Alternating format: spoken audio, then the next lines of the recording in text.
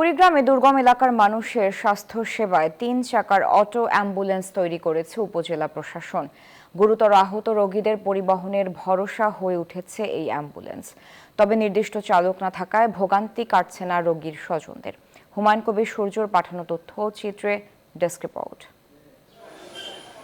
কুড়িগ্রাম জেলা শহর থেকে নাগেশ্বরী উপজেলার কচাকাটা পুলিশ থানার দূরত্ব প্রায় ৭০ কিলোমিটার। ৩০ কিলোমিটার দূরে ভুরুঙ্গামারি এবং ৫০ কিলোমিটার দূরে নাগেশ্বরী উপজেলা স্বাস্থ্য কমপ্লেক্স। অথচ ৪ উপজেলায় প্রায় ১.৫ লাখ মানুষের স্বাস্থ্যসেবার জন্য কোনো অ্যাম্বুলেন্স নেই। খানাখন্দে ভরা রাস্তাঘাট। দুর্গম এই অঞ্চলে অ্যাম্বুলেন্স আসতেও চায় না, অটোরিকশায় পৌঁছাতে হয় গন্তব্যে।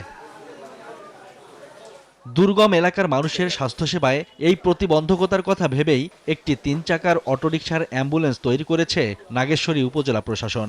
অন্য যানবাহনে যদি একটু সুবিধা হয়। উপজেলা প্রশাসন আমাদের একটি অ্যাম্বুলেন্স দিয়েছে, সেই জন্য উপজেলা প্রশাসনকে ধন্যবাদ জানাচ্ছি।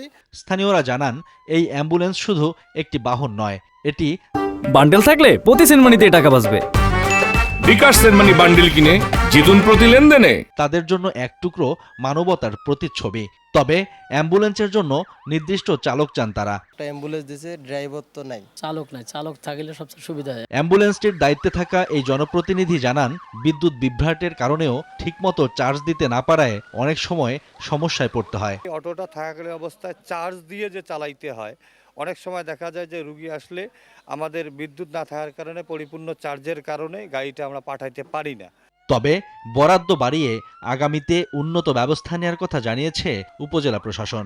যতটুকু আমার জানা যে ওই স্পেসটুকুতে হওয়া সম্ভব, আসলে অরিজিনাল যে অ্যাম্বুলেন্স সেটার সমান তো ফ্যাসিলিটি পাওয়া সম্ভব না, তবে আমার বিশ্বাস যে একটু কষ্ট করে হলে এভাবেই যাতায়াত সম্ভব। পিছিয়ে পড়া এই অঞ্চলের মানুষের স্বাস্থ্যসেবা সহ জীবনমান উন্নয়নে সরকার আরও নজর দেবে, এই প্রত্যাশা এলাকাবাসীর।